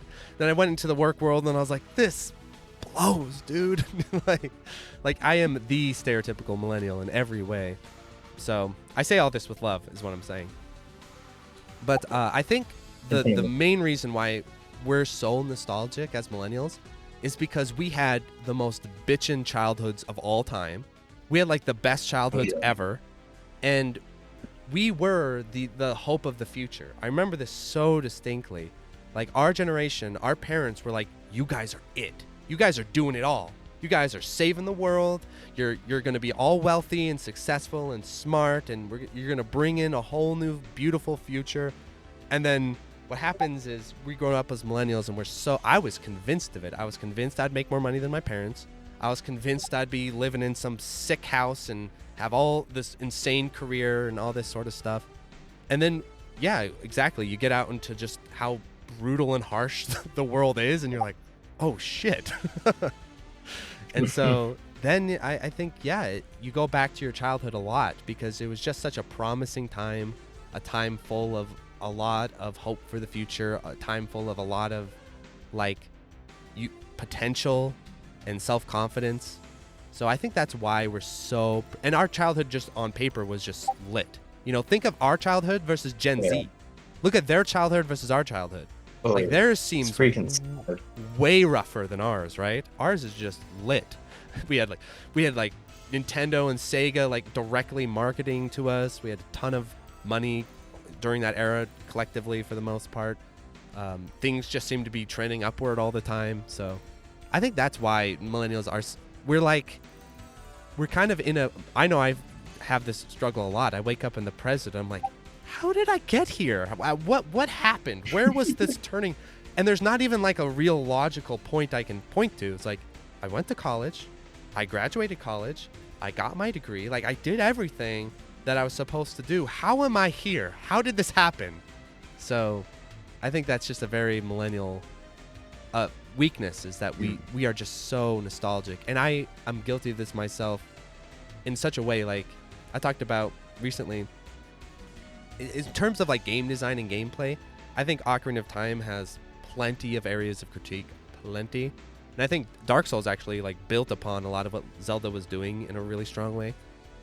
But that all being said, if I see the title screen of Legend of Zelda Ocarina of Time, and I hear the piano and then Epona writing and like and then the ocarina, it just is so nostalgic and evocative that I'm instantly just like back, you know. So I think a lot of this nostalgia is just so deeply ingrained that you can only be aware of it. I don't think you can ever really get rid of it. You can just be aware of like, all right, let's give it, like what happens with Zelda every time. I'll tell you the exact sequence is I open the title screen of Ocarina of Time and I'm like, this is the sickest game. This is like the best game. Amazing. Then I start playing. Then I get to like the second temple and like all of the nostalgia is starting to wear off and I'm like, this combat is really underdeveloped. And like, so you give yourself like 2 hours with the game and you're like, wait a minute. But that first initial impression is just really powerful. Now, Mark, you need to make a video taking apart the Ocarina of Time. I know. That video I need to do because I want it to be connected to nostalgia. I don't want to just do a regular video where I'm like, yeah, Ocarina of Time. Because I want to explain how powerful the nostalgic effect of that game is on me. And it's insane. It's the most nostalgic game of all time. I think that would be a huge hit. Yeah. It'd be like, the whole video would be like me battling my nostalgia. That's the entire video. Just because it's like even hard for me to criticize that game because I'm like, oh, that's just childhood right there. That's me running around in the woods of Idaho with a fucking wooden sword. Like like the nostalgia is so strong that I'd have to. But of course, like he said, games are games, and we sit down and start playing it. It's like, well, why don't I ever play through the game all the way if it's so fantastic? Why do I always play for 3 hours? I'm like, we're good. So, yeah. Especially when you hit the water temple, nostalgia really starts to get thin when you hit the water temple. Awesome. Yeah, I think that would be a great video to make, and like you said, I'm gonna have to contextualizing like battling nostalgia, like also of course like people want to revel in it, and then like you're adding a layer to it of like now I'm battling it, I'm seeing the flaws. Does the good outweigh the bad? And it's obviously a hugely popular game. Oh yeah, it is the millennial game. Like I remember on Game Facts or whatever, you know that they have like a Game Facts poll of like what's the greatest game of all time. We hard kept Ocarina of Time #1 on that list for like decades or something. It was like, ain't nothing touching this. Don't even try. And again, I'm the millennial. My connection to that game is insane. I remember actually, here's a great story. I have a friend who's borderline Gen Z. So he's about 6 years younger than me. He's like right in between millennial and Gen Z. And he grew up on the GameCube, not the N64. So he never played Ocarina of Time. And then I went over and hung out with him. We played Melee together. And I went over we were playing Melee. And he's just talking. He's like, yeah, I played Ocarina of Time recently. And he's just going, this was years ago, not recently. And he's just going through like all the problems with Ocarina of Time. And I remember playing Melee and being like, you don't get it, dude. You don't even get it. I remember that. I remember having that moment of like, no, you don't get it. Like, it was the game, you know, and I gave him the whole speech about how it's the game and how it, like, you know. And these days, I'm thinking back, I'm like, he was like right on with a lot of his critiques. I wasn't prepared for them as the millennial at that point. I was still, it was just pristine in my mind still.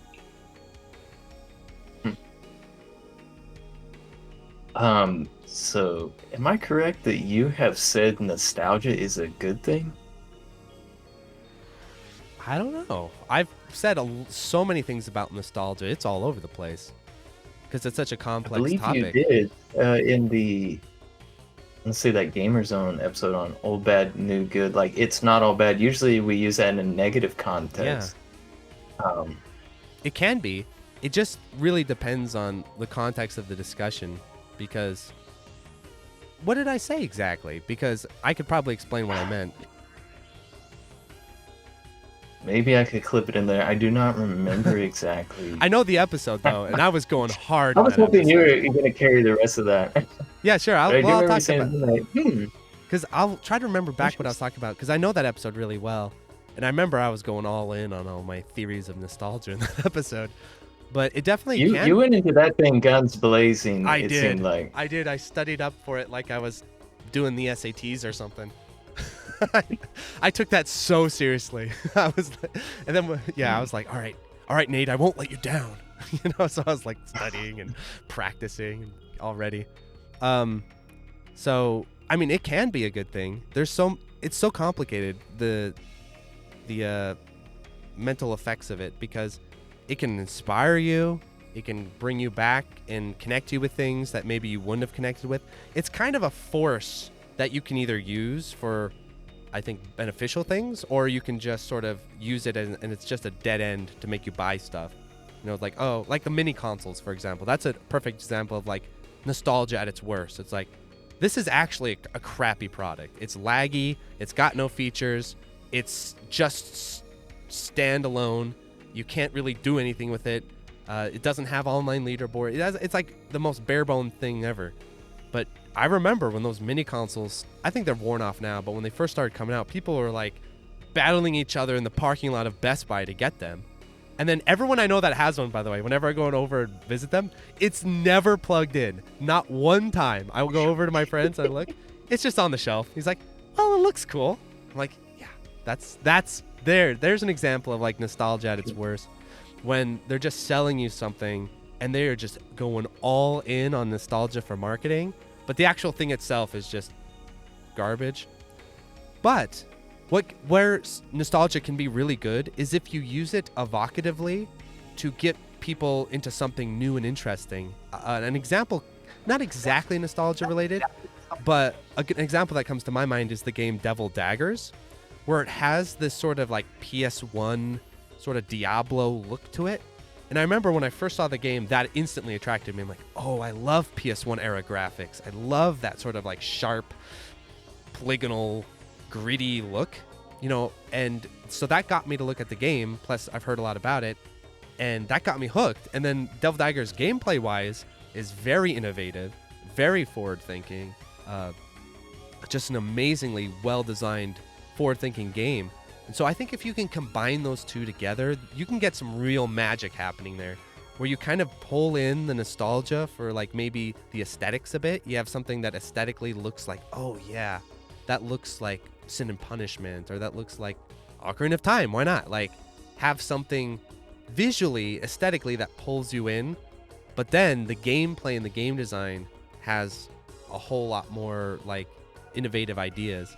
And I know developers try to do this, but it often doesn't work because their ideas are usually like, their ideas of innovation is like modernize it. And that's not what I'm talking about. It's like, oh, let's add whatever modern stuff they want to add in there, like crafting systems or whatever. I'm not talking about that. I'm talking about like pushing the fundamentals of the genre forward. So I'm trying to think of other games that kind of have that combo. Devil Daggers definitely does. There's some more too. Basically, that is a strength of nostalgia, though, is you can use it to get people's attention. Yeah, and I like what you said. I think that point was made in that podcast by you or someone else about there is value in nostalgia. Like, you return to something. Yeah, sometimes you're like, okay, this wasn't great, but maybe it will inspire you. Maybe it'll speak to you again, or you're like, no, this really was something amazing all along. I love those experiences, like, or rereading a book. Oh yeah. Sometimes it's this, and then like, no, this was even better than I realized. That's probably what I was talking about. Density again. Yeah, that's definitely true. And that's always a really cool feeling when you go back to a game because of nostalgia, and then you play it, or a movie or whatever, and you're like, wow. But you're seeing it with like a more matured perspective. And if it's good, it's like Yes. the best thing ever, right? You go back, you're like, holy crap, this is actually good. Yeah, an example of that, Resident Evil 4, perfect example. Like, Oh because yeah. I have a lot of nostalgia for Resi 4, and then I went back. I've always kind of played it on and off over the years, though. But I remember as I learned more about arcade design and hits done and all these concepts and beat 'em ups and camera systems, and I go back and I'm just like, whoa, like look at how Resi 4 is doing all this so well. It's like, oh, the camera systems, fantastic. Oh, the hits done, the context sensitivity kicks, those are amazing. So Resi 4 is a game like that all the time where like I often reference it for like design concepts. I'll say, oh, like the context sensitive kicks, these are really good. This is how you do them. So yeah, that's probably what I was talking about, and that's always a great feeling. Did you have an experience like that where there was something you were nostalgic for, then you went back and you found out, whoa, it rules even more than I realized? Off the top of my head, not so much that. I guess I think more of like books, and it's mostly been a bad experience for me, because like as I've grown, like I guess a big thing for me with reading was as I learned to write, I became way more critical of books. So it's Yeah. kind of a double-edged sword. But then I have a greater appreciation as I've grown, returning back to or watching an old show that really spoke to me, like. I guess one that comes to mind is The Matrix. The Oh writing is yeah. so tight. Matrix It's rules. almost too good. So I don't. It is, This but it is is too my good in hot that take. they could not make that up. They couldn't follow it up. They're like, Yeah. yeah, we have no idea. Yeah, Yeah. you know, Matrix Great is point. such a great example. That's another one. Massive nostalgia for it. And then you go back and it's surprisingly elegant. Exactly. You go back and you're like, whoa, this is like, especially compared to the rest of the series. You watch the second one and the third one, then you go back to the first one, you're like, whoa, the first one is so elegant and tightly written and good, you know? So, yeah, that's a great example. The Matrix is awesome. And of course, What I heard is it's they. so good that it just infects our language. You know, we just reference the Matrix directly or indirectly. The Matrix is now a concept just in general vernacular. It's like, oh, you're in the Matrix. Everyone knows what you Yeah. mean. Yeah, it's When you're that's red such a great pill, piece of like work. best guy ever. What's that? Sorry, I missed it. I said, and when you're just like when you're red pilled, like best guy ever. Oh, yeah, right. Red pill, blue pill. Yeah, that's another. And now everything's a pill. Yes. Now it's sort of mutated. Yeah, it's all kinds of different things. But again, that's it's such an effective piece of art in terms of like communicating these concepts, right? And like it's an effective way to communicate like freeing your mind or accepting the status quo and not thinking critically because that would be uncomfortable. The red pill, the blue pill. It's such a great visual, metaphorical expression of that concept. Yeah, you can have a lot of really interesting interpretations as well. Yeah. Um, and I guess one thing I thought about, like kind of a critique of it being so good it causes problems to me, is sometimes it just throws amazing ideas at you constantly, and you're like, whoa, you're trying to process, and like, Yeah. here comes another one, or just it moves to the next thing because it's so tight. And what I heard is they just went over that script over and over and over, and I want to say the story for Alien is somewhat similar. Even though they took some inspiration actually from, I think it's called The Voyage of the Space Beagle. It's an old sci-fi story. Um, do you like to read science fiction, by the way? A little bit. I mostly read classic literature, and so I have read some like what you'd call like classic science fiction, but I don't read a lot of like contemporary almost anything. Like I said, I can be Me either. I can be a real snob sometimes. A few things here and there, but yeah, I mostly read classical literature. But I have read Dune. I love that, and I've read where the title always gets me. It's like, do androids dream of electric sheep? Oh yeah, Yes, I read that. awesome. I did read the Orson Scott Card stuff when I was younger. I read Ender's Game, and I think another one too. He had another one that I read. And I've read some sci-fi stuff here and there over the years. You know what one that I loved when I was a kid that it's kind of been lost. People don't talk about it anymore because it was just it's more of a it's more for younger kids, but not like young kids. But it's surprisingly like dark and twisted at times. Is this book called House of the Scorpion? Have you ever read that? I have not. That one, I think we need to go back and check it out. It's a really cool book. It takes place in this alternate future, but it's not super far in the future, where Mexico is part of the United States, and like cartels are like in government basically. And so like the main one of the main characters is like a world leader / cartel leader, and he deals opium, and I won't give away the whole story, but essentially the main character is a clone that is going to be used to, his body parts are going to be harvested, like that he was born to be harvested for body parts. And I'm like, whoa.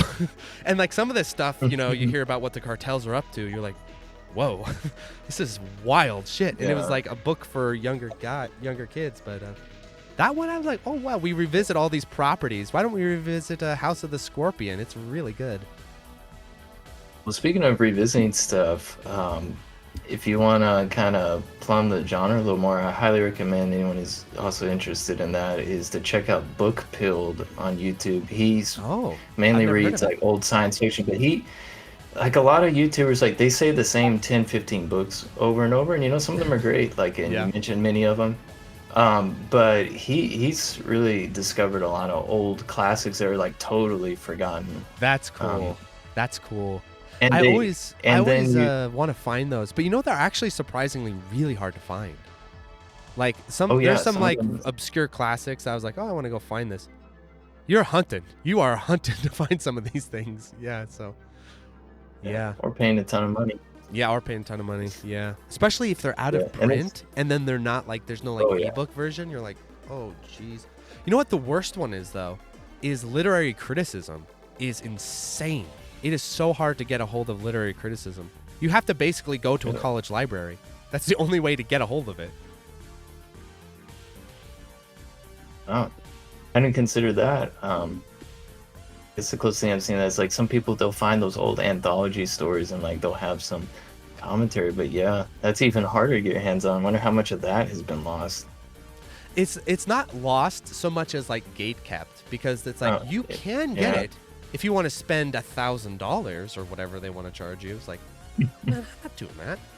Like the average book of literary criticism is like hundreds of dollars. It's crazy. You know, because it's all in the world of academia or whatever. So like the only way, like the way, for example, I actually get quite a bit of inspiration sometimes from reading literary criticism. And so I wanted to read some literary criticism on F. Scott Fitzgerald. And I'm a grown up now. I'm not in college anymore. I've done enough college. But I was like trying to go to the public library. They don't have it. You can't get it online either because no one cares, or it's locked behind, you know, those like academic sites, and you have to spend hundreds of dollars or whatever. So my only strat was I would go to a local college and pretend to be a student. You can't check the book out, but you can like take the book off the shelf and then sit on the couch. So one day I went to the college, got the book off the shelf, and just sat on the couch for like 6 hours and read literary critique of The Great Gatsby, and then put it back and left. So that stuff's really hard to get. So if we lived in a perfect world, what is your modern game manifesto? How would you fix things? What would we do? What would your ideal game look like? I think Devil Daggers is one of the best modern games, because not only is it tapping into a lot of the strengths of modern gaming, because modern gaming has strengths, but it's also really bringing out the strengths of the arcade era together. That's what I'd want to see. And I know some games attempt to do this with varying degrees of success, but it's really that simple. I would love to see a movement in gaming that's pulling the strengths and fundamentals of classic gaming and then meshing them into the strengths of modern gaming to create something really cool and robust. So the strengths of modern gaming are online connectivity. That's huge. Online leaderboards, replay systems, just like the technological things you can do in modern gaming. I also really like modern gaming's accessibility features, not difficulty, to be clear. Not this whole concept that low difficulty is accessibility. I don't think it is. but like visual stuff, like you can high, like colorblind modes or high contrast modes. Because I kind of have crappy vision, so sometimes when I play like Battle Garega, like I can't see the bullets super well. So like modern games have sort of these cool, like how with modern games you can kind of tweak the games a little bit and like play with them a little bit. You can of course like rebind your controls. That's my favorite thing about modern games is you can kind of play with them a little. You can try different things with the settings and stuff. Like, my favorite thing in modern games is when you open the options menu and you're like, what's in here? And you go look through and see, and you find cool stuff in the options menus. So just combining those together. The best examples of this, I've talked about a lot on the channel, but the M2 ports are just the best examples of this. Their port of Battle Garega, their port of Ketsui, their work is like a perfect example of what this looks like, where you have online leaderboards, you have like modes, you have achievement stuff. I love all of that stuff. And so if you can combine together those two factors, I think it makes really cool stuff. It's just no one really bothers to do it or is motivated to do it that much. And that's really how it should be, right? We should be iterative. We should take from the past, like, okay, but now we can do this, or Yes. that was good, let's take it further. Mm-hmm. And it seems like we just always lose stuff, and that's one thing I love about seeking out older art, I guess, really in anything. I remember just reading 1984 and thinking, oh, a lot of dystopias is just a crappy version of this, and you start realizing just how much, like, we're retelling stuff in just worse versions. And then some people, they do something interesting, like maybe The Matrix, we could say, one of the most interesting dystopias. And Yes, absolutely. yeah, like that should be the natural thing, but if we don't know the history, we're greatly limited. And I guess that's where your channel is very valuable, reminding us of that.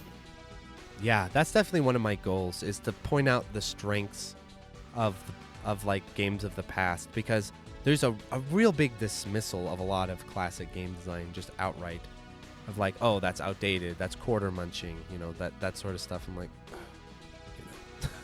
and there's also a lot of concepts that classic games and arcade games developed that modern players don't even know exist. Like, one of my favorite ones is this concept called rank.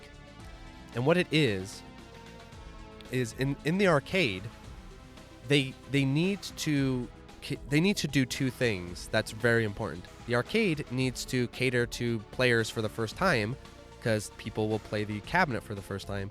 But the arcade also needs to really pay attention to the guy who's played the game 6,000 times. And the reason why is, like, unlike our current version of gaming, in the arcade, a replay is just as valuable as an initial play. They are equal to each other. So if you go up and you throw a quarter in Ketsui for the first time, that playthrough is just pure money wise, is equal to the guy who throws in a quarter playing Ketsui for the 600th time. Both plays are equally viable economically. And so what that caused is arcade developers had to really think, like, how do we get this guy to put 8,000 quarters in the machine? And they have. They're like, Virtua Fighter 5 has some insane play counts. It's like, you've spent $10,000 on this game. The salary via 5 players is crazy. But so that's the part of arcades where they actually have to really think about replayability, because replayability is economically the most valuable thing about a game in the arcade, which is very different than a console game. It's like flipped. In the arcade, a game that you only play once is garbage. Arcade owners do not want to invest in that. Because they have to recoup their cost. They have to spend, let's say, $1,000 on your arcade PCB. They need to get that $1,000 back. And so that they either need 1,000, or I'm not doing the math super well, but you know what I mean. Yeah. They either need a mass volume of new customers, which is hard to get, or they just need that machine to be so good that 15 guys over the course of years, or however long, and in the boom of the arcades, people really spent money, keep putting quarters in that machine. And so what that created is created all these concepts in game design that we've lost. One of them is being rank, which is a dynamic difficulty that gets harder the better you play. It's rewarding you with difficulty. That's a flip of how we talk about difficulty now. We talk about difficulty as punishment. But actually, difficulty is a reward. You earn difficulty.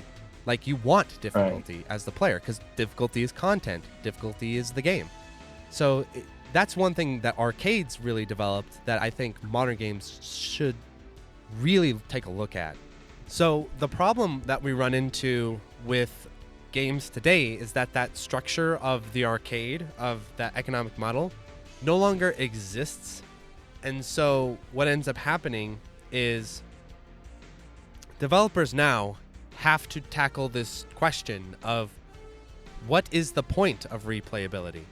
Because we buy our games up front now, right? So if you buy a game up front, do you need to replay it? In the developer's mind, you don't necessarily need to.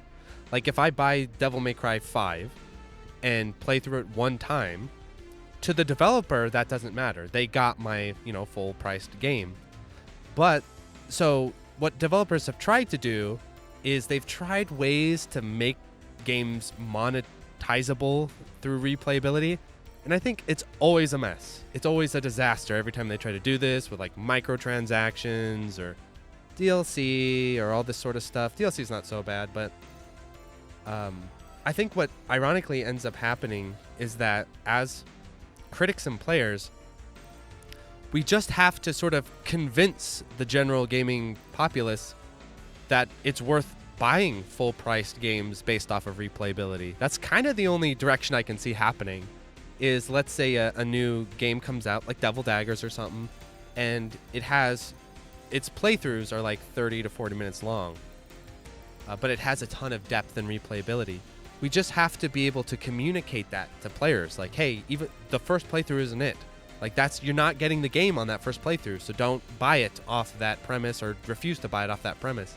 Instead, we really need to communicate to you that the depth comes from the replayability.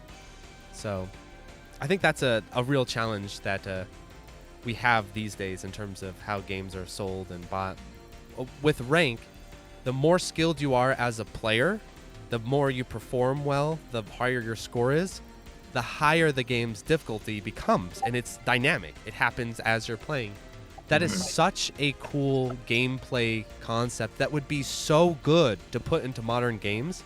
And developers have kind of, I think Sony patented this concept. I'm not kidding. Like, theoretically, there's some sort of like patent out there where Sony has some sort of, maybe someday we'll put rank into our games or something, but no one's really doing it right now in a really cool way, like the arcades did. But I think that's once a modern game does that, it's gonna blow people's minds. It will take a while. Someone's got to be a visionary to do it. But like, imagine you're playing Dark Souls, and the better you're playing, the less you're dying. The game, Resi 4 has this, by the way. Resi 4 has like a little bit of rank, where the less you die, the harder the game gets. It caps out though. It doesn't go crazy like arcade games do, but Resi 4 has a little bit of rank. But so does God Hand. God Hand actually has a rank bar, which is really good. God Hand, again, very arcade centric. So God Hand, basically. That's one thing, like, people are like, whoa, this is crazy. That's where it comes from. It comes from arcade games. God Hand's rank system comes from that. So we need a God Hand 2. We need a God Hand 2 that does rank and has great graphics, and everyone will be like, this is insane. This is the coolest thing ever. Yeah, and that would be combining the best of the old and new. Yeah. And the rank system, I want to say Left 4 Dead is something similar with the director. But yeah, that seems like an obvious solution to dynamic difficulty, so that we're not turning new players away, but then... Yeah. You know why they don't do it, though? it. They don't do it because our view of difficulty is inverted. That's why we don't do it. Because devs really believe that difficulty is punishment. That's why they don't do it. Because I've talked to devs about this, and they're like, whoa. No, that's backwards. Because the way it should work is the better you play, the easier the game gets. Because we view difficulty as a punishment, not a reward. So what that creates is this garbage system where the best players in the world just sleepwalk through the game because the game gets easier the better you get. I'm sure you've even noticed this dynamic, maybe just even playing games over the years. You've noticed like, wait, the better I get at the game, the easier the game becomes. So not even just like, you know, through skill, but usually what ends up happening is the better you get at a game, you end up snowballing all these resources, you end up snowballing all these things. So by the end you get to the final boss and you can just obliterate them, you know? So Yeah. yeah. See, I always found stuff like that a massive disappointment. Yeah.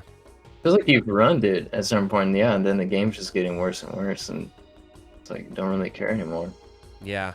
Then it's hard to even finish the game because you're like, yeah, I've seen it all. We're good. We're good here. I did come up with an idea preparing this interview I'm gonna drop on you. Would you have any interest in debating someone on is gameplay or story more important? Sure. I'm not the world's greatest debater or anything like that, but I would try to explain my side of it, sure. Well, I was thinking your opponent could be best guy ever, Nate Nice. Bestman. Let's get it. Oh, I'll definitely debate Nate. Let's go. I think, yeah, I think it would be interesting, and also maybe to have a lighthearted one instead of the opposite of like people being angry and screaming at each other. Yeah, no, it would be fun to talk This to Nate idea about been it. floating around. Yeah, it'd be fun. That'd be awesome. Yeah, I think y'all two are very good at articulating your thoughts and your quick off the top of your head. I think it might be very interesting. I might follow up, send you a message about that. I think y'all would really do something great there. I'd be fun for me. Yeah, I'd have fun. I know Nate pretty well, so that'd be really fun. Okay. You think that's something he would be interested in? I have no idea. I don't know. He's like, I don't need to be debating Mark. Jeez. I come in with like this fucking book. You know, I'm like, let's go. You know? Yeah. It could be sweet. I think wrap it up there. And cover everything you had on mind in the outline, but man, so much great stuff. I'm excited to listen back to this myself. Yeah. And think about it. And I hope people will go subscribe to your channel. Anyone who's will be stumbling upon across this in the future. And thanks so much for letting me talk to you. I also just wanted to have a conversation with you and pick your brain. And I really appreciate it. Yeah, it was a fun interview, great questions, and a great area of discussion. Yeah, the great stuff. It was awesome time. I'm glad you enjoyed it. See you, everyone. Take care, my man.